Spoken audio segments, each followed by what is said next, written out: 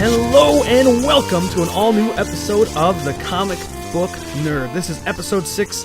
I am Eric, and thank you so much for joining me. First things first, remember to check out the website. It is comicbooknerd.net. The Facebook, it's facebook.com/The Comic Book Nerd Podcast. And the comicbooknerd.blogspot.com is the blog where you can check out the archive of all the past shows. Remember to follow me on Twitter at the CB Nerd. I have a personal Twitter at eRalphieW. Again, that one you'll get some sports tweets too, along with my Buckeyes going for the national championship tonight. Just saying. Anyways, thank you so much for joining me. This episode has already become, as I plan out and map out what I'm going to talk about, it has become an Ant-Man special. I dubbed this week the week of Ant-Man, or I should say last week. It was absolutely insane. We had the trailer come out for the new Marvel movie, Ant-Man, obviously starring Paul Rudd. We had Ant-Man #1 come out, and it's been a big hype parade for Ant-Man. New posters, new images, new concept art, all kinds of stuff, putting the smallest Marvel hero on the center stage, which is why this week I am going to help you get to know Ant-Man, and we should go right into that right at the get-go, give you a little bit more of Ant-Man's history, so as I go on in the show, you'll understand some of the more modern references in the trailers and the comic book and everything like that. So without much further ado, here is the 5 key moments in the history of Scott Lang that really go to make up the character of Scott Lang, aka Ant-Man. First things first, all you need to know about Scott is Scott Lang is an electrical genius. He's a former thief, a former convict, an ex-husband. He has a daughter named Cassie, and he first appeared in the comics Avengers 181, I want to say, as an employee of Stark International. Well, anyways, the first major or little moment, I shouldn't say little, but well, maybe I should, because he's small. Marvel Premiere Volume 1, number 47 and 48. It is the 2-part story arc that is the most popular and probably most well-known Ant-Man story, To Steal an Ant-Man. The story takes place where Cassie is in the hospital with a heart condition, and the only doctor that can save her is Dr. Erica Sondheim, I guess a heart specialist, who just so happens to be held captive at Cross Technologies Enterprise by Darren Cross, a man who would later go on to become Crossfire, who was just a big red guy. But anyways, Cross had a similar heart condition, so that's why he was keeping her hostage. To rescue her, Scott breaks into Hank Pym's home and steals the Ant-Man suit and Pym particles that make up Ant-Man. And instead of stopping him, Hank watches to see what he plans to do with the stolen, stealing is not a word, the stolen Ant-Man technology. And after seeing him use it for good, he decides to let Scott keep it if he promises to use it only for the good and to uphold the law, never to break it. And obviously he makes that promise, and he lives up to it because Scott Lang takes over as the new Ant-Man, obviously with the helmet that allows him to communicate and control ants, and the Pym particles that allow him to shrink and grow by breathing them in. The next big moment comes in Avengers Volume 3, number 62. Due to the fact that he's living a dangerous life as a superhero and he's got on all these crazy adventures, Scott ends up losing custody of Cassie to his ex-wife Peggy. He decides to throw all of his energy, now that he really doesn't get custody of his daughter, he decides to throw all of his energy and focus into being Ant-Man. And for the first time, he becomes an official member of the Avengers. We also start a weird relationship with the character Jack of Hearts, where they really start to butt heads on a lot of things. Jack of Hearts at this time has found out that his powers are slowly killing him, and he really kind of, for lack of a better term, turns into a D-bag. And one of the guys he takes it out on is Scott Lang, and the two of them sort of go at it all the time. But as time would go on, Jack of Hearts actually eventually ends up dying. Spoiler alert, not that anyone in the world cares about Jack of Hearts or what he does. Jack of Hearts ends up dying, actually, in the process of saving Cassie, who gets captured again down the road.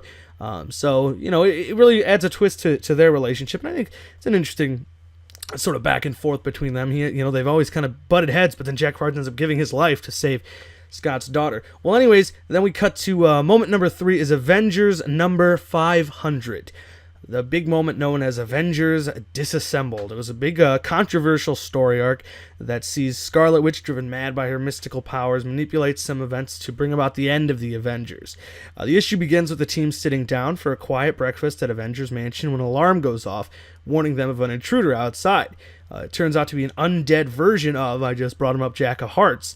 And sort of a zombie Jack of Hearts stumbling through the yard. So Scott, he died saving his daughter. Scott runs out there to talk to him, and as soon as he gets close, Jack, looks at him and he says, "I'm sorry," and then he spontaneously explodes, destroying half the mansion and killing Ant-Man, it would appear, along with it. And it's never been revealed for sure to this day if that was really Jack of Hearts brought back from the dead and turned into some kind of bomb, or if it was just sort of some or if it was just if it was like an imposter from the Scarlet Witch, just some hex or something. But anyways, so he dies, and like all characters in comics, he ends up coming back a few years later. The Children's Crusade was a really good story arc, really status quo changing as far as bringing people back, getting rid of people, changing things up. It's about the Young Avengers, fan favorites. Obviously, Cassie Lang at this point is a Young Avenger, going by the codename Stature. And we've got other people like Vision, who had died and disassembled, was brought back as a younger form in this. We've got a young Kang the Conqueror, of course, the Avengers' time-traveling enemy. A young version of him who doesn't want to turn into a bad guy is this team's Iron Man. He goes by Iron Lad. And then there's the big two in this is a character known as Speed, who is like their Quicksilver, and a character known as Wiccan, who is their mystical character. Because they end up finding out that during House of M, which was another story arc with Scarlet Witch, where she created a world where she created two children, and then once that world was broken and things were set back to normal, it's complicated. This is where it gets real metaphysical, but the essence of those children, their souls or whatever, went into other children being born. So now these two children are sort of mystically, magically her children, while biologically not really. But anyway, so that's what part of this is about, going through that. And they end up finding the Scarlet Witch, who's been missing since Disassembled, and we find out that there's this big life force energy that had sort of possessed her a bit, and Dr. Doom wants that power, and Dr. Doom's been keeping her there with amnesia in Latveria for God only knows how long at this point. And of course, at some point throughout the story, they end up time traveling. It's a great mini-series. I think there's only 9 issues. And it also, a subtle thing not a lot of people bring up, is it starts to lay some groundwork for Avengers versus X-Men. Because when Scarlet Witch comes back, they sort of get into a little tussle about who's gonna take, care for her, not necessarily care, but will they be punishing her? Who's gonna be bringing her to justice? She is a mutant, making her an X-Men problem, but she's a longtime Avengers, making her an Avengers problem. So, you really start to lay some groundwork that these two groups of people do not like each other. But anyways, part of the Children's Crusade is they end up going through some time travel, and one of the moments they time travel to is right before Jack of Hearts blew up. And Cassie, in that moment, couldn't resist an opportunity to give her father a hug just one last time. She runs over to hug him, and when she does that, they end up getting pulled into the back into the present day and time traveling, and he ends up coming with them because she had hugged him. So you find out that in reality, and this all depends on your concept of time and how you believe that works, but it would appear anyways that Scott Lang didn't actually blow up when he died in Avengers 500, but instead at that point had his daughter from, at that point, the future grab him and pull him to the future. It gets really confusing when you start to think about it that way, but either way, all you need to know, Scott Lang back to life, back to being a part of the Marvel Universe, and the celebration, however, was short-lived because Stature ended up getting killed by Dr. Doom. At that moment, Ant-Man swears vengeance on Doom, and I don't want to spoil it, but he may get it coming up here in moment number 5, which is FF by the amazing Matt Fraction, one of the best writers in the business. He wrote it was a weird series because it was Fantastic Four and FF, and they really went hand in hand. It was 2 companion series. The Fantastic Four going on a family trip through space and time, and as you'd expect them to do. And so what they did is they said they'd only be gone for 4 minutes our time. So they recruit a team to take over in their place, and that team in their place is there in case for something happens and the Fantastic Four don't wind up back after those 4 minutes that they're gone. And as you'd imagine, they did not end up coming back as soon as expected. But anyways, they got those 4 to fill in as crime fighters and teachers for the Future Foundation. Ant-Man was the replacement for Mr. Fantastic, the leader of the group. He was joined by She-Hulk, Medusa, and a new character who is a pop star turned superhero, Miss Thing, aka Darla Deering. She's better than it sounds based on that name. But they were only supposed to film, like I said, for 4 minutes, but the Fantastic Four wound up stuck in space, so the new team took over for longer than expected. And during that time, Scott developed a relationship with Darla. They actually ended up dating for a while. And we actually don't know the end of that relationship yet, but we will find out what happened to them. As I asked Nick Spencer, the writer of Ant-Man, about it, and he informed me that we will end up finding out what was the end result of the two of them. But anyways, he finally got to exact his revenge on Doom in a fight that honestly might be the quintessential defining moment of Scott Lang as Ant-Man, a serious moment as a hero. It's absolutely phenomenal. Again, that series is called FF. I believe it goes for 16 issues, and it's available, obviously, in trade paperbacks and all that, and collected editions, because it's been out for a little bit now. But it's just a phenomenal series. Real character growth for Scott Lang, and a really good run, because Matt Fraction, the man can almost do no wrong. Anyways, if you want to find where Ant-Man is now, first off, as far his powers have changed slightly. I should mention, in later issues, it's revealed that Scott can grow and shrink at will now without exposure to Pym particles because of his prolonged exposure to them. But if you would like to read more about Ant-Man right now, his current adventures take place in his new ongoing series, Ant-Man #1, by Nick Spencer and Roman Rosanas. Nick Spencer, phenomenal. He's the writer, of course, who did The Superior Foes of Spider-Man, which I'm reading right now, and it's just great. It's a fun series. I'll talk a little more on Ant-Man #1 in a moment. But another thing, just a little heads up to not something specifically about him, but Cassie, during the event Axis, was actually brought back from the dead by Dr. Doom to make amends for what he did. So Cassie is also now back again, so you get more of that relationship of him dealing with his daughter and trying to be a good father and all that. It adds more depth to the character. As far as other media goes, in movies, you can obviously find Ant-Man in theaters July 17th of this year, starring Paul Rudd as Scott Lang, Michael Douglas as an old retired Hank Pym, Evangeline Lilly as his daughter Hope Van Dyne, and Corey Stroll as Darren Cross, who in this does not become Crossfire, he becomes Yellow Jacket. In TV, Scott Lang appeared in the animated series Earth's Mightiest Heroes, the episode To Steal an Ant-Man, which is a phenomenal episode of a TV show, and Avengers Assemble. I think it was the finale. But he also appeared in an episode of the new series Avengers Assemble in the second season. Not many other appearances for Scott as far as video games and other things like that. A lot of Hank Pym as Ant-Man, because obviously he used to be Ant-Man back in the day, but you can expect that to change very soon as Marvel is trying to incorporate Ant-Man in as many things as they can right now in anticipation of the new movie, which is on its way. Speaking of the movie, the trailer debuted this week, and I just went over it like I said I would last week. I went over it with a fine-tooth comb and discovered all the little Easter eggs and tidbits and fun facts that I could find. And there was a decent amount of stuff.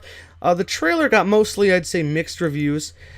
The problem was it was an enjoyable trailer. Honestly, it got enough of the message across. People sort of questioned how much of the tone it got across, because it didn't seem to really give too much of that comedy vibe like we're expecting from Ant-Man. That's not going to take itself too seriously. But there was some humorous to it. But the biggest thing for me is that we saw him shrinking, and which is the big part of it. And another thing is that this movie wrapped production about a month ago. They're not done with all the special effects on it, so that's another thing. It's it gets a bit of a pass for now. But as far as the trailer goes, the biggest moment to me, I think, well, I'll say I liked the monologue. There's an opening monologue to it by Michael Douglas, and it's interesting because it brings up a side of being a superhero that we really haven't seen yet in the Marvel Cinematic Universe, which is a small scale, no pun intended, which is the fact he brings up, don't save our world. Don't do this to save the world. Do this to save hers, in reference to his daughter. Earn that look in her eye.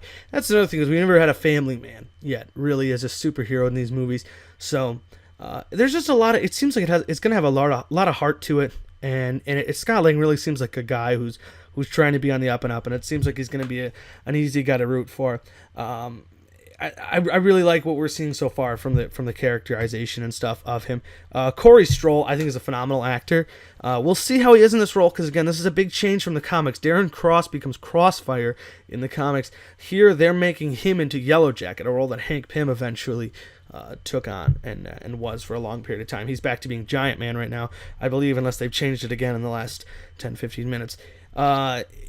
But yeah, we see Hank Pym, or Scott Lang, I should say, goes to jail. It looks like he gets out, and we don't know all the details, but we know that Hank Pym eventually asks him to be the Ant-Man, and obviously in the trailer he's got a fun reaction to that. So he ends up, spoiler alert, probably accepting the request to be Ant-Man, because then we see him in the suit. We see him actually shrinking, which I think looks awesome. And somebody did like a freeze frame sort of thing of the trailer. Is you can actually see him shrink like he does in the comics, where it's smaller and smaller and smaller versions. Happens really fast, so it's hard to tell. But the biggest thing for me, by far, is that we see him riding on an ant. And honestly, I have that GIF saved on just about every device I own. Seeing Ant-Man flying on an ant, that seals the deal for me. I'm done right there. I'm ready to watch this movie right now. I'm very excited about this. I can't wait to see more. Ant-Man's. I've always liked Ant-Man, but with a week like this week, he's really bumping up in my as far as one of my top characters. So speaking of Ant-Man, again, like I said, this is basically all Ant-Man today. Ant-Man #1, like I said, did come out this week by Nick Spencer and Roman Rosanas, and it was incredible. I cannot understate this. I don't want to. I want to be careful not to hype it up too much, but for anyone out there who's read Matt Fraction's Hawkeye, which in my mind is almost the standards bearer right now for best thing out there, if and like when the issues actually decide to come out with the massive delays and scheduling and all that garbage, it was very reminiscent of that to me. It was only one issue, but if this is any indication, and if it carries on the way it is, this might be my new favorite comic book. It might be ahead of Daredevil for me, which the Mark Waid Daredevil has been my favorite book since he really started on it. But this movie, I cannot undersell how great this comic book was. If you buy one comic book this year, only one, make it Ant-Man. It does enough of explaining the origin, but it doesn't do it too much. It explains the origin in enough that if you don't know it, you can get on board right now. But if you do know it, like me, you're not bored page after page after page of the same rehashing of the origin. It really was a great book. Nick Spencer's a phenomenal writer, and the cool thing too is on his Tumblr, which I'm not really on Tumblr. I found it out through his Twitter, because you can go on his Twitter and see all them too. Through Tumblr, he does Q&As about his characters and his books that he's working on. And he answers a lot of people's questions about Ant-Man, because this series sparked a lot of questions. It seemed like some stuff seemed maybe, I don't want to say glossed over, but they kind of left out Cassie. They didn't bring up that Cassie was brought back from the dead, which some people thought, maybe that's something you'd mention. But as he mentions on his Tumblr, he says, the book is supposed to be not a lot of time, but enough time has passed that the tearful reunions are over, and it's time to assimilate back into the real world. Marvel, it's so ridiculous with people coming back from the dead, granted, but when you do come back from the dead, there's a period of time where it's, oh my god, you're back from the dead, and eventually you have to go back to work. You have to go back to school, and that was his thinking in this, is that now it's Cassie's back and she's here, so let's just move on from that. By the way, for those of you who want to read When Cassie Returns, Nick Spencer also writes Avengers World, which is a pretty fun series. She came back in that during the Axis tie-in. Avengers World, actually, that's a fun book, because it's with the Avengers team the way it is right now, it's a massive team.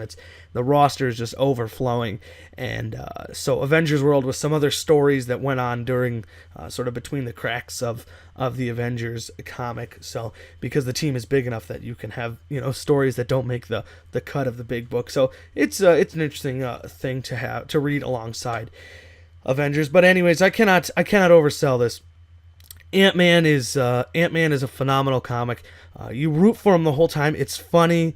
There's just enough action, and he's just such a damn likable guy.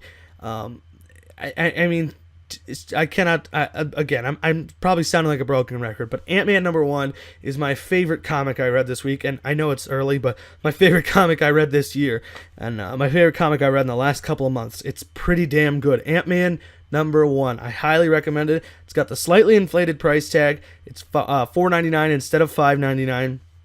That's because there's an extra 10 pages. It's a 30-page book instead of 20, just to get a little more story going on, and it really sets the table for this series. So now let's see if Nick Spencer can table set. Let's see if we like what's on the table. So it sets the sets in motion into a good place, and there's a big, I won't spoil it, but there's a big decision Scott has to make, and I really like the way he made the decision. And there's just enough humor with just enough seriousness. It's a phenomenal series. Ant-Man #1 gets my absolute seal of approval. So as soon as this is over, you should probably just go buy it. And if you already have it, you should probably go buy another copy just to have it. It wasn't the only #1 to come out this week, though. Other series including Wolverines #1. This is an interesting book because this is Marvel's first ever weekly ongoing series. It's something DC has a couple of, so Marvel wanted to get into the fray now. And the main part of the series is to really understand it, it's not as much of a pick up and go book as Ant-Man #1 would be, where you don't really need to know much going into it. But I'll set up what I can as far as what goes into it.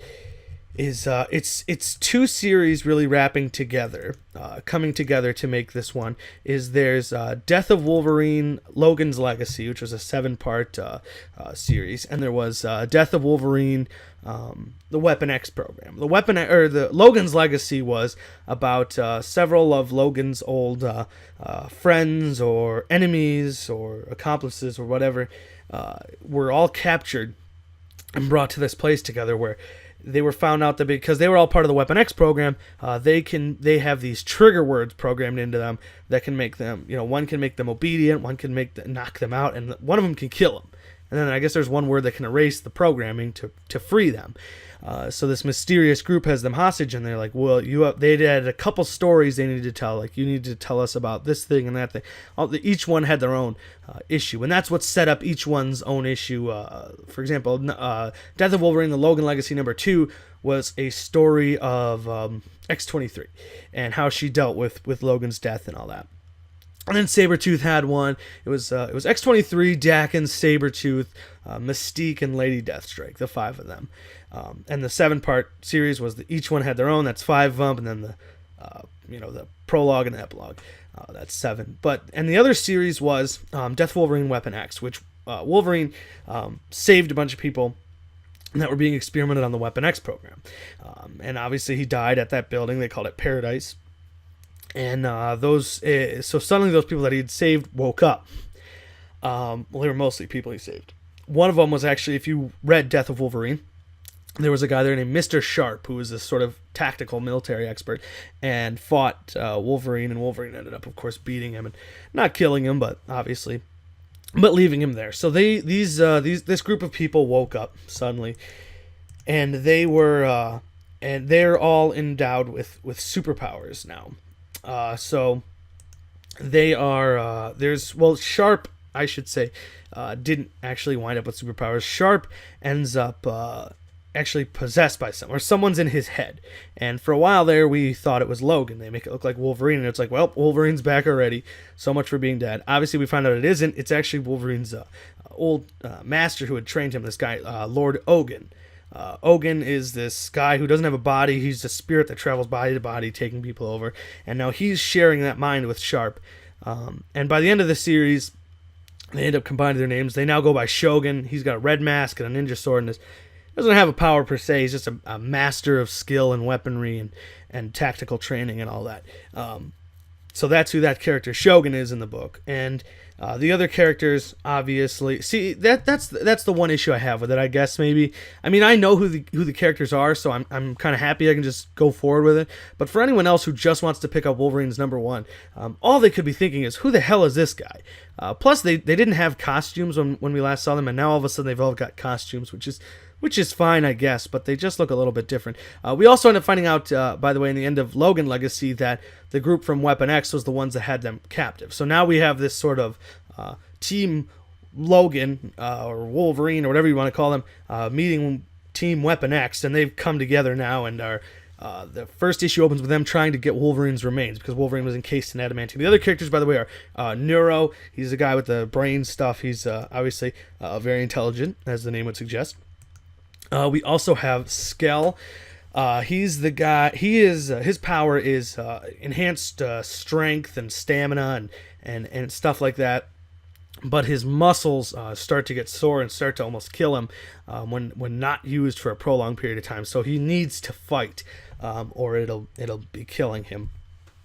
We also have Junk, who his name comes from the Junk DNA activated in his body. He's got all these animal traits, different animal defense mechanisms. He's got gills. He's got ram horns. He can spit acid, I guess.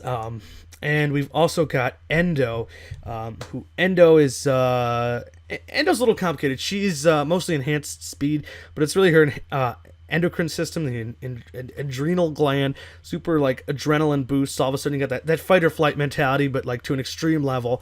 She's got that. We also find out she's been experimented on so much that before all this she was a man, and now she's a woman. So that's a little interesting. But anyways, obviously, and then the rest of the team with Sabretooth. And Sabretooth now is also interesting because Sabretooth has been turned from Axis. Sabretooth is now, his moral compass points in the correct direction, I guess you want to say. He is, for lack of a better term, a good guy.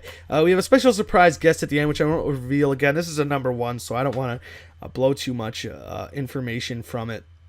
But a pretty big guest at the end, and an apparent maybe death at the end. To be honest, though, if you know the character I'm talking about, I hope he's dead. Never cared for him, and I'd be perfectly okay if they left him dead.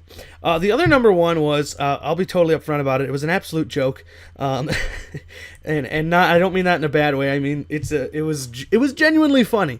It was genuinely funny. I got it because it was a number 1. I don't think I'm going to be getting a number 2 of it, but stranger things have happened. It is Unbeatable Squirrel Girl number 1. Squirrel Girl falls into that fan favorite category. Of course, she's got squirrel abilities, and she can communicate with squirrels. She's a mutant, former Great Lakes Avenger, so you know it's good. They've got Ryan North, the writer from... Oh, I should also mention with Wolverines, that's Charlie Soule doing that. Charlie Soule is an amazing writer. He comes from... previously, one of his marquee books was for DC, was Injustice Gods Among Us. The people thought it was going to be nothing, just a video game tie, and it turns out to be a phenomenal series weekly over there. Now, obviously, he's signed an exclusive deal with Marvel, so he's got this, he's got Inhuman, he's got Uncanny Inhumans coming in April, along with some other stuff, but now he's sort of the czar of Wolverine at the moment, deciding what's going on with that legacy, and now continuing it in Wolverines, again, a weekly ongoing. Charlie Soule, great guy. But like I said, Unbeatable Squirrel Girl, it's by Ryan North, who comes from the Adventure Time comics, so anyone that knows Adventure Time, you know what you're getting there. You're getting that, but in the Marvel Universe with Squirrel Girl, who's really, if I could take that writer and put him on any character, it would be Squirrel Girl. It was a funny comic.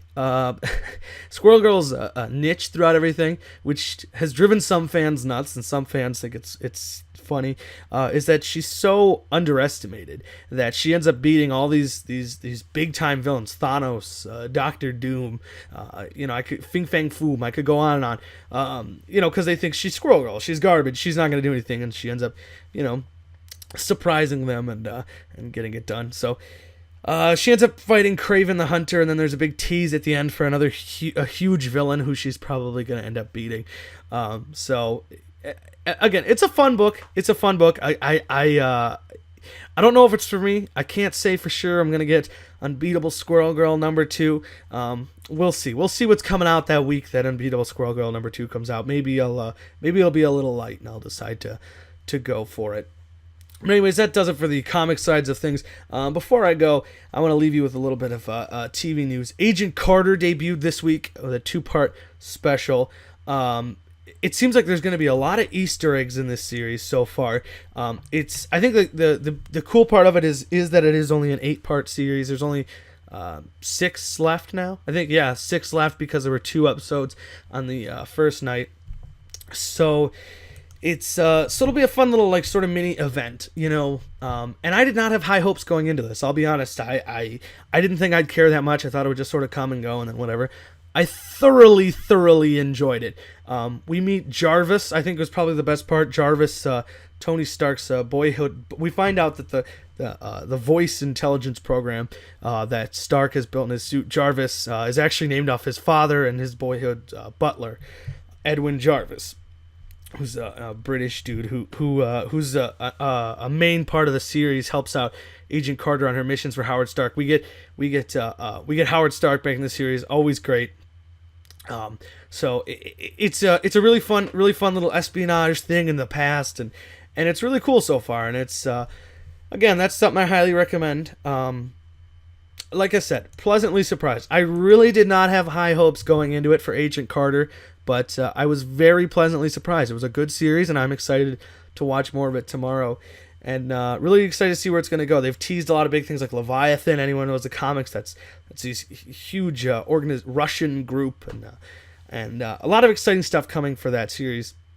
And it's going to be interesting to see how much they reference with Edwin Jarvis. Maybe somehow bring up the idea of inspiring young Tony. Maybe I doubt we'll meet young Tony because of the time frame, but there's a lot of room for some interesting things. And a fan hope, I guess, is that possibly Hank Pym as Ant-Man could appear in the somehow tie into the past here in the Ant-Man movie. Like some of this series may lead directly into some of the past stuff in Ant-Man, which we'll see how that turns out, but if it ends up coming to fruition. But again, I would check out Agent Carter. Pretty good series, pretty good so far. Last bit of news I'll leave you with: Netflix and Marvel have come together to announce an official release date for Daredevil. The new series will be coming to all of your devices with Netflix on April 10th. That's about a month earlier than originally expected by people. The one bit of bad news is that we now are a bit more up in the air in the other series as far as when they're going to debut. Some people are saying between 8 to 15 months, which if we're looking at a year per series, we could be waiting till 2019 before the Defender series even happens. I don't find that likely, especially if Daredevil is a highly watched series. I don't think it's possible that they wait over a year to release another season of Daredevil, because we can't have Charlie Cox come in and play Daredevil. If he's phenomenal, let's assume he does a great job. If he comes in and plays Daredevil great in the Daredevil season 1, are we really not going to have Daredevil season 2 till 2020? I don't think so. I don't think so at all. So we'll see what happens, especially if Daredevil's a success. I feel they may want to fast track some of the other stuff. I think they need to have different crews. They can't have one group of people continuously making all of it. So hopefully that's not how they're doing it. But that's going to be really awesome to see how all that plays out. Again, that's April 10th, Daredevil coming to Netflix. All right, thanks so much for checking this episode out, episode number 6. Episode number 7 will be here next week. Naturally, the numbers are counting up. A couple big series coming out next week. The biggest one by far, Star Wars #1. I will be talking about it because that comes out Wednesday, so I will be talking about that on the next show. We've also got S.H.I.E.L.D. #2. We see S.H.I.E.L.D. set the table pretty nice. We see if they can keep things going in #2. And Wolverines #2, weekly ongoing series. Will we get sick of it? I guess we'll find out. Hopefully they take this to some interesting places, and it looks so far like they will. But again, we get to find out some more next week and the week after, because that's what weekly ongoing series do. Again, thank you so much for listening. Remember to check out the website, comicbooknerd.net, facebook.com/thecomicbooknerdpodcast, and comicbooknerd.blogspot.com is the blog. At the CB Nerd on Twitter, and at eRalphieW is my personal account. Again, thank you so much for listening to the Comic Book Nerd. I am Eric, and until we meet again, thanks for listening, and enjoy the rest of your week.